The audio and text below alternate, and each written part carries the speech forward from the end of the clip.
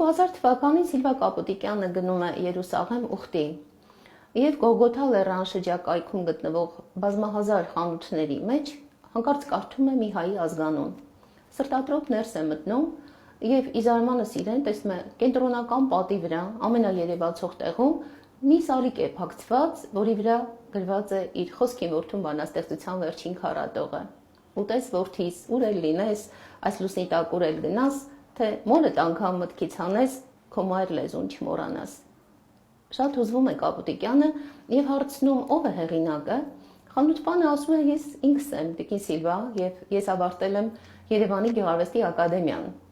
Զարմանում ասում իսկ ինչու է սալիկի վրա իմ բանաստեղծությունը,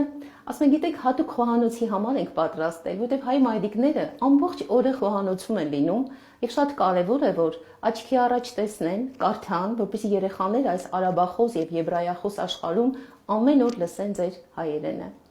Սիլվա Կապուտիկյանը անչափ հուզվում է եւ ցույց տալով խորհրդանշաններ ասում է գուցե բացատրեիք ինչ են նշանակում այս արևն ու լուսինը։ Ասում է որ ձեր խոսքը հնչի ամբողջ օրը 24 ժամ եւ արևին եւ լուսնին ու նաեւ վերջին տողը այս լուսնի տակ ուր էլ գնաս այդ խորհուրդը նույնպես արծարծված է։ Կապուտիկյանը ուզում է գումար տալ առնել, բայց իհարկե վարպետը նվիրում է եւ այժմ այդ ցուցանմուշը փակցված է մեր խոսքին որդուն պատի երևելի հատվածում մեր թանգարանի ամենաերևելի նմուշներից մեկն է։